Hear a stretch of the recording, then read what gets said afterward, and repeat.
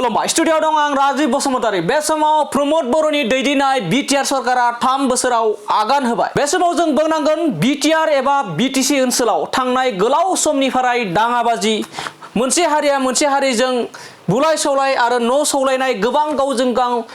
गाव बुथारलायनाय सिथारलायनाय जानानै थांबाय। गोबां दावराव दावसि बे समाव गोजोन गैयै थासारि दङमोन। नाथाय थांनाय 2020 मायथाइनि 27 जानुवारि खालारनिफ्राय थामहिनबा बिटिआर गोजोन गोरोबथा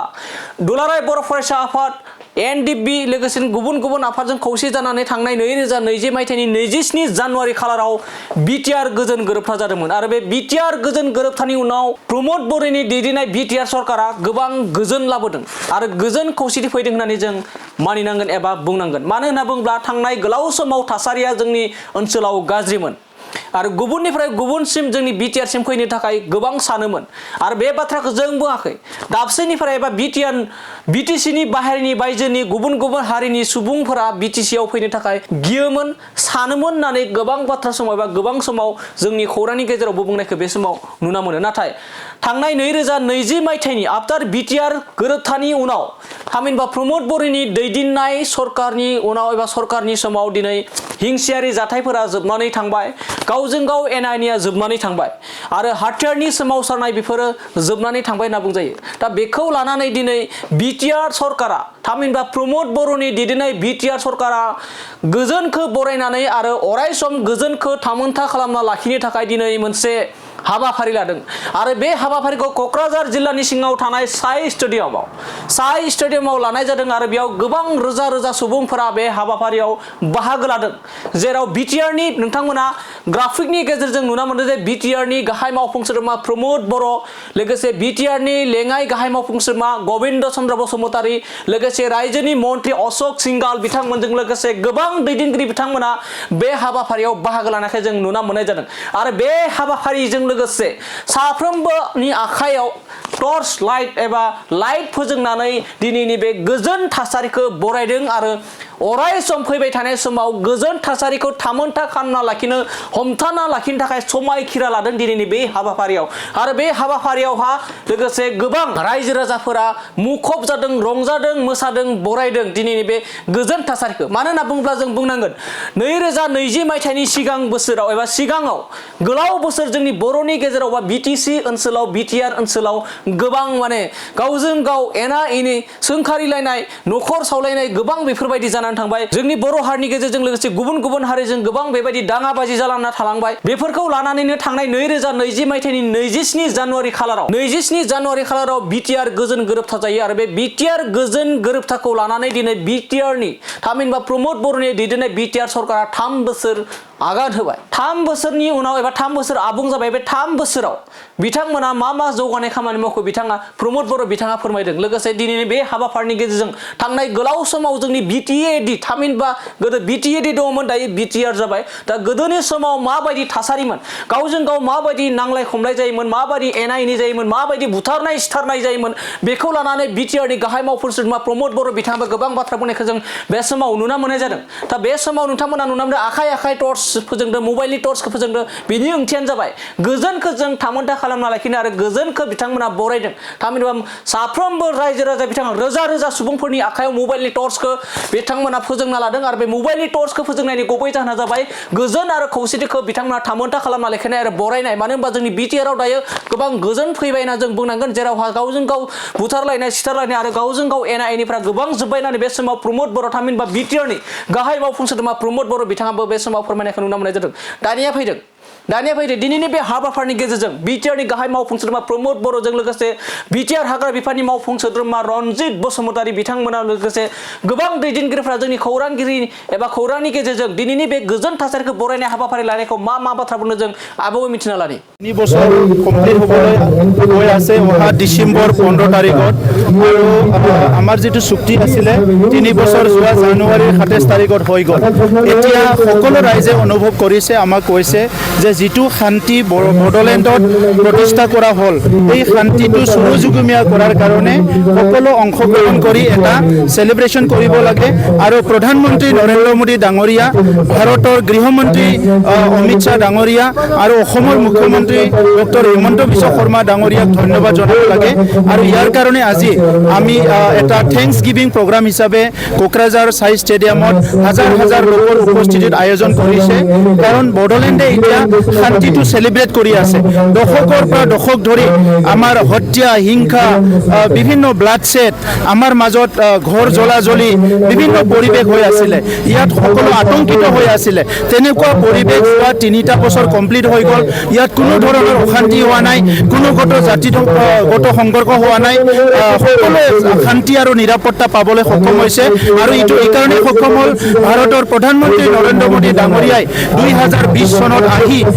এই কোকৰাঝাৰত উপস্থিত হৈ তেখেতে আমাক সকলোকে আপিল কৰি গৈছিলে যে এই অঞ্চলত আৰু যাতে কাৰো চকুৰ পানীত পৰিব লগা নহয় আমাৰ মা আমাৰ ভাই ভনীসকলে শান্তিত থাকিব পাৰে এই পৰিৱেশ কৰাৰ কাৰণে তেখেতে আপিল কৰিছিলে আৰু তেখেতে দায়িত্ব লৈছিলে আমাৰ ভাৰতৰ গৃহমন্ত্ৰী ডাঙৰীয়াই সেই সময়তে আহি কোকৰাঝাৰত আপিল কৰিছিলে যে বড়োলেণ্ডখন উন্নয়নৰ গতিত লৈ যাব লাগে এতিয়া বড়োলেণ্ডখন উন্নয়নৰ গতিত লৈ গৈ আছে আমাৰ অসমৰ মুখ্যমন্ত্ৰী ডাঙৰীয়াই কৈছিলে যে ইয়াত কোনোদিনে শান্তিৰ কপৌফুলটো যাবলৈ দিব নালাগে সদায় ধৰি ৰাখিব লাগে যোৱা 3টা বছৰত আমি শান্তিৰ কপৌফুল মুখ্যমন্ত্ৰী ডাঙৰীয়াৰ নেতৃত্বত এই অঞ্চলত ধৰি ৰাখিবলৈ সক্ষম হৈছোঁ সেইকাৰণে আজি আমাৰ 3 বছৰ কমপ্লিট হোৱাৰ আগে আগে আজিৰ এই চেলিব্ৰেশ্যনটো লৈছোঁ আৰু বিটিআৰবাসীৰ তৰফৰ পৰা ভাৰতৰ প্ৰধানমন্ত্ৰী ডাঙৰীয়া ভাৰতৰ গৃহমন্ত্ৰী ডাঙৰীয়া আৰু লগতে অসমৰ মুখ্যমন্ত্ৰী ডাঙৰীয়ালৈ আমি হাজাৰ হাজাৰ ধন্যবাদ জ্ঞাপন কৰিছোঁ শান্তিৰ জয়যাত্ৰা শান্তি আৰু সমৃদ্ধিৰ সমাৰোহ এই প্ৰগ্ৰামটো আয়োজন কৰিছে বিটিআৰ চৰকাৰে প্ৰমোদ বড়ো ডাঙৰীয়াৰ নেতৃত্বত আজি এটা কথা ক'ব লাগিব যে যোৱা 3 বছৰ 4 বছৰত যেতিয়াৰ পৰা ভাৰতীয় জনতা পাৰ্টি নেতৃত্বাধীন চৰকাৰৰ জৰিয়তে ত্ৰিপাঠা টক্স হৈ বড়ো শান্তি চুক্তি হৈছে বড়োলেণ্ডত শান্তি ঘূৰি আহিছে মানুহৰ মুখত হাঁহি আছে মানুহে এতিয়া সপোন দেখা আৰম্ভ কৰিছে আৰু তাৰ প্ৰমাণ যদি লাগে যে বিটিআৰ চৰকাৰে যিটো ছুপাৰ 50 আৰম্ভ কৰিছিলে তাত 27 জন ল'ৰাই APSC এক্সামছত এপিয়াৰ হৈছিলে আৰু 16 জনে APSC এক্সাম মেইনছ ক্লিয়াৰ কৰিলে ভাইবা বাকী আছে কিন্তু মেইনছ ক্লিয়াৰ কৰিলে আজি পঢ়া শুনাৰ প্ৰতি ল'ৰা ছোৱালীয়ে মন মেলিছে স্কুলত যাবলৈ ইচ্ছা কৰিছে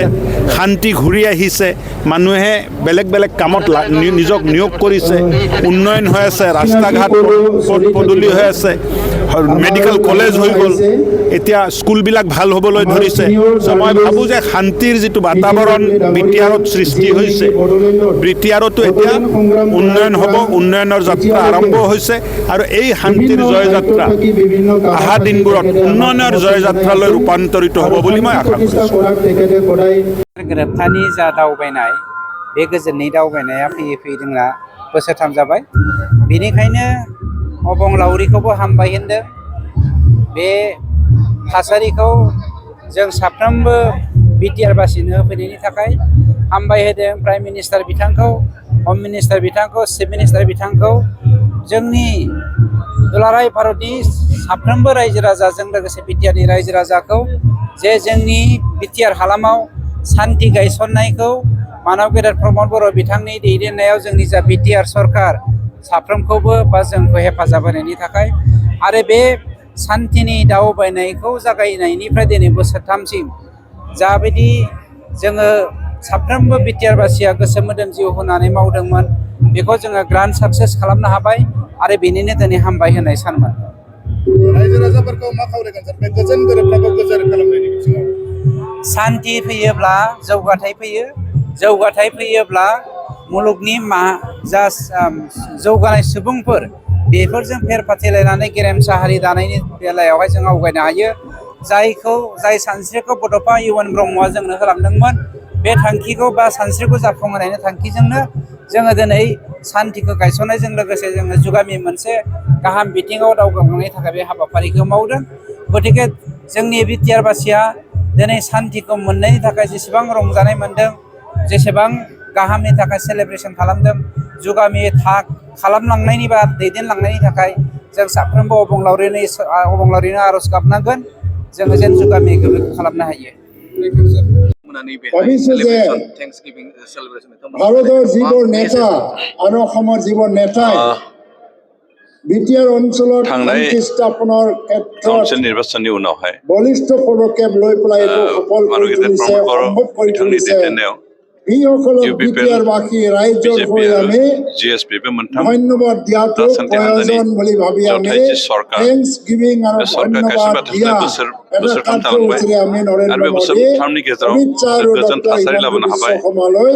আমাৰ অন্তৰৰ পৰা ধন্যবাদ জ্ঞাপন কৰিছোঁ मोखांजों मोखां नायलायनो ৰাইজসকল फोथायलायनो हायामोन আজি बे এই परिबेखौ क'क्राझार ষ্টেডিয়ামত गोजान होनाय আপোনালোকে बेनि बदलै হেজাৰ হেজাৰ गुबुन সমবেত गुबुन হৈ जाति जनगोष्ठीनि गेजेराव এই लोगोसे ধন্যবাদ সূচক जिरायलायनानै लोगोसे खामानि मावलायनो लोगोसे सावरायलायनो এইটোৱেই প্ৰমাণ কৰি बेबायदि मोनसे परिबेख দেখুৱাইছে लाबोनो যে हाबाय आरो मोनसे जाति এই गुबुन বড়ো जातिखौ চুক্তি বা फोथायलायनानै বিটিআৰ आंगो চুক্তি होननानै नाजावलायनानै हानायनि ৰাজ্যৰ परिबेख চুক্তি फैबाय ৰাইজে बेबायदि এইটো गोजोन গ্ৰহণ थासारि কৰি मोननायखाय লৈছে बे আৰু बोसोरथामाव जों এইটো गोबां जौगानाय জনগণৰ खामानि मावनो ৰাইজৰ हादों बेनिखायनो সমৰ্থনতে बे गोजोन এইটো थासारिखौ সফল लानानै হ'বলৈ গৈ जौगाथाय আছে खामानि मावनो हानाय बेबायदि ভাৰতৰ परिबेख मोननायनि প্ৰধানমন্ত্ৰী थाखाय নৰেন্দ্ৰ মোদীৰ बेबायदि मोनसे এটা परिबेख ডাঙৰ लाबोनायाव সপোন जिहेतु আছিল भारतनि উত্তৰ পূৰ্ব प्रधानमन्त्री অঞ্চলত नरेन्द्र मोदी স্থায়ী बिथां শান্তি लोगोसे স্থাপন কৰি नखर बिफाननि পেলাই मन्त्रि এই अमित शाह অঞ্চলটো बिथां উন্নত কৰিব लोगोसे লাগে आसामनि गिबि मन्त्रि नर्थ इस्ट डक्टर हिमन्त पलिसि बिश्व शर्मा बिथांमोननि आशीर्वाद बिथांमोननि আৰু नर्थ इस्टार्न नाजानाय रिजनक हास्थायनाय आरो অষ্টলক্ষ্মী বুলি बिथांमोननि ঘোষণা কৰি हेफाजाबाव এই दिनै नर्थ बेबायदि इस्टार्न परिबेख रिजन বা मोननायखाय दिनै जों পূৰ্বোত্তৰ बिथांमोनखौ साबायखर बावदों পূৰ্ব आरो लोगोसे উত্তৰ পূৰ্ব जोंखौ सरकार অঞ্চলত दानो উন্নতি खाबु होनायखाय কৰিবৰ কাৰণে যি जोंनि এটা बिटिआरनि गासै আঁচনি रायजो ভাৰত राजाफोरखौ साबायखर চৰকাৰে होदों লৈছে बेनिखायनो ইয়াৰ दिनै শান্তি बिथांमोनखौ স্থাপন साबायखर অবিহনে होनाय কোনো हिसाबैनो ৰাস্তা নাছিল दिनै बे তাৰ हाबाफारिखौ বাবে लादों आरो बिनि এই गेजेरजों সময়ত जों NDFB भारत सरकार असम সংগঠনে सरकारनि ভাৰত চৰকাৰৰ दैदेनगिरि লগত लोगोसे শান্তি दिनै চুক্তিত रायजो राजाफोरखौ दिनै साबायखर होदों সন্নিবিষ্ট হৈ आरो শান্তি मानोना रायजो আলোচনা राजाफोर बेबायदि তেওঁলোকে मोनसे আগবাঢ়ি गोजोन थासारि আহিছে लाबोनो हेफाजाब होदों এই दा শান্তি बिथांमोना আলোচনাটো সফল কৰিবৰ जोंनो কাৰণে भट होनानै जोंखौ এই সময়ৰ सरकार दानो खाबु আফচোৰ होआमोनब्ला প্ৰেসিডেন্ট प्रमोद हयथ' बड़ो सिगांनि जिखिनि আৰু परिबेख बे আফচোर सोलाय सोल' जानाय नङामोन উপদেষ্টা सिगांनि রঞ্জন पार्टिया নাথকৰ सरकार थाफैनायमोनबा নেতৃত্বত हयथ' बै NDFB समनि जि এই परिबेख শান্তি আলোচনাটো সফল जातिजों কৰি जाति তুলিবৰ नायनो हालायै কাৰণে बेबायदि परिबेखा थागौमोन গণতান্ত্ৰিক बेनिखायनो শক্তি दिनै হিচাপে बेबायदि আগবাঢ়ি परिबेख আহিল लाबोनायखायनो अन्तत এই दिनै সময়ত गुबुन गुबुन ভাৰতৰ जायगानि গৃহ सुबुंफ्राबो মন্ত্ৰী बिटिआर আমাৰ ओनसोलाव অমিত শ্বাহ फैनानै ডাঙৰীয়া बेरायनानै তেখেতে बिनि गोजोन थासारिखौ ইমান नुना এটা जोबोद বলিষ্ঠ गोजोननाय मोनदों নেতৃত্ব आरो দিছে बेबायदि परिबेखौ जों जाहाथे শান্তি চুক্তি दैदेनलांबाय হ'বই थानो লাগিব हायो बेखौनो जों हास्थायदों জ্যেষ্ঠ অনুসূচীৰ साखाथियाव जिहेतु नैबे लकसभा इलेक्सना जानो थांगासिनो बे समाव गोहो दिन्थिलायनाय हाबाफारिया जादों दिनैबो गोबां जयनिं जानायखौ नुदों इउ पि पि एल राजखान्थि हानजानिफ्रायबो जयन जानायखौ नुदों बे समाव इउ पि पि एल हिसाबै बेसेबां प्रिपारेसन खालामबाय थादों পূৰণ কৰিব পৰাকৈ এটা दिनै চুক্তি কৰিব जों লাগে বুলি फैगौ जिथु এটা নিৰ্দিষ্ট पार्लियामेन्ट इलेक्सन बेनि সময় थाखाय আৰু লক্ষ্য নিৰ্ধাৰিত ग्रासरुट কৰি लेभेलखौ পেলাই जों এই खामानि শান্তি मावबाय थादों চুক্তিটো थामथिम তেওঁ खालामबाय थादों কৰিছিলে এই जोंहा শান্তি চুক্তি কৰাৰ সময়তে बबे समस्तायाव অসমৰ बबे এই पार्टिनि সময়ৰ बिथांखि जागोन बेखौ মুখ্যমন্ত্ৰী थिग खालामनो সৰ্বানন্দ थ'नाय जायाखै সোণোৱাল তেখেতেও কিন্তু जों অসম চৰকাৰৰ বিজেপি হৈ জিএসপি আৰু ইউ পি পি এল लोगोसे एजिपि बे मोनब्रै राजखान्थि हान्जाजों আমি তেখেতক ধন্যবাদ দিব जोंनि লাগিব আৰু फैगौ সৰ্বানন্দ बिसायख'थियाव जाहाथे সোণোৱালৰ देरहानो हायो बिनि নেতৃত্বত যি थासारिखौ जों চৰকাৰ আছিল बानायगासिनो दं এই आरो बे চৰকাৰৰে मोनब्रै राजखान्थि অতিৰিক্ত हान्जाजों মন্ত্ৰী सावरायलायनानै হিচাপে जों ডক্টৰ ज' ज'यै হিমন্ত खामानि বিশ্ব मावनानै শৰ্মাই बोरैहाय আমাৰ এই লগত जोंनि থাকি बिजाथिखौ পেলাই देरहाहोनो हायो দিনে ৰাতে बिनि हाबाफारिखौ আমি जों কোন लागासिनो ৰাস্তাই গৈ दिनै যাব লাগে जोंनि কাক লগ ধৰি अपोजिसना কাৰ কথাটো ক'ব লাগে बायदिसिना खस्थ' আৰু खालामनानै কোন এটা जोंखौ ষ্ট্ৰেটেজি লৈ जोंनिखौ পেলাই साबसिन আগবাঢ়িবলৈ देखायनो नाजाखागोन আমাৰ कारण শান্তি প্ৰক্ৰিয়া সফল হ'ব इलेक्सनाव এইটো তেখেতে बाहागो আমাৰ लानाय লগতে इलेक्सनखौ থাকি देरहानाय পেলাই बायदिसिना দিক দৰ্শন কৰি দি स्ट्रेटेजि আছিলে दानाया गासिबो राजखान्थि हान्जानिनो তেখেতসকলৰ मोनसे মাৰ্গদৰ্শন আৰু हाबाफारि দিগদৰ্শনতে रावबो राजखान्थि हान्जायानो 2020 চনৰ स्ट्रेटेजि জানুৱাৰী खालामालासिनो थाया माहৰ बेनिखायनो दिनै 27 अपोजिसन पार्टिया तारिखত बेनिखा শান্তি खालामगोन চুক্তি কিন্তু थेवबो जों गियाखै স্বাক্ষৰিত হ'ল जिहेतु আৰু रायजो राजा जों এই दं সময়ৰ जों दं পৰা आरो थांनाय আজি প্ৰায় 3 তিনি बोसोराव বছৰ काल जों जिखिनि खामानि मावदों অতিবাহিত जिखिनि কৰি थासारि BTC लाबोदों অঞ্চলত बेखौ স্থায়ী गोजोननानै শান্তি गासै আহিবলৈ हारिनि আমি দেখিবলৈ सुबुंफ्रानो পাইছো আজি बिजेपि ল'ৰা एजिपि ছোৱালীবিলাকে आरो इउ पि স্কুলত पि एल जि যাবলৈ जथाय ভয় কৰিব नालाগে नाजानाय बेखौ बेफारीসকলে बजारात मदद আহিবলৈ होबोदों ভয় आरो बेखौ কৰিব जों नालागे गियाखै जों গাঁৱৰ মানুহ जों ग्रासरुट लेभेलाव বজাৰ जोंनि হাট ग्राउन्ड বজাৰ वर्कखौ কৰিবৰ खालामगासिनो কাৰণে जों आसा নিৰ্ভয়ে खालामदों আহিব फैगौ পাৰে बिसायख'थियाव जों আজি প্ৰায় जोंनि 80,000 ओनसोलनि जिफोर পৰিয়াलक বিটিআৰ पार्लियामेन्टारि सिट অঞ্চলত दं बेखौ জাতি ধৰ্ম जोंनि বৰ্ণ जथाय नाजानायाव নিৰ্বিশেষে जों साक्सेस जागोन মাটিপট্টা आरोबाव जयनिं जानायखौ जयनिं जाबावगोन होननानै बे समाव हाग्रामा महिलारिया बे समाव बुंनायखौ नुनो मोनदों आरो बिथाङा बुंबावदों इउ पि पि एल राजखान्थि हानजानि दैदेननो मोजां जायाखै जायनि थाखायनो गुबुन गुबुन राजखान्थि हानजानिफ्राय इउ पि पि एल निफ्राय लानानै गुबुन गुबुन राजखान्थि हानजानिफ्राय बि पि एफ आव जयनिं जाबाय थादों होनना बुंदों आरोबाव जाबावगोन होनना बुंदों কৰিবলৈ গৈ আছে बिथाङा बुंनायनि बाथ्रा उल्थायै जों बुंनो हायो जे BPF निफ्राय 5,000 सो सुबुं जोंनि UPPL जुगदान खालामनो रेडि जाना दं आरो जों बेखौ लागोन जों बे सानैसो सरकारि मोननै मोनथामसो हाबाफारि बेखौ फोजोबखांनायनि उनाव जों प्रत्येक समस्तियावनो अन्तत 1000 निफ्राय 12,000 हालागै BPF नि वर्कारफोर जोंनि पार्टी जइन जागोन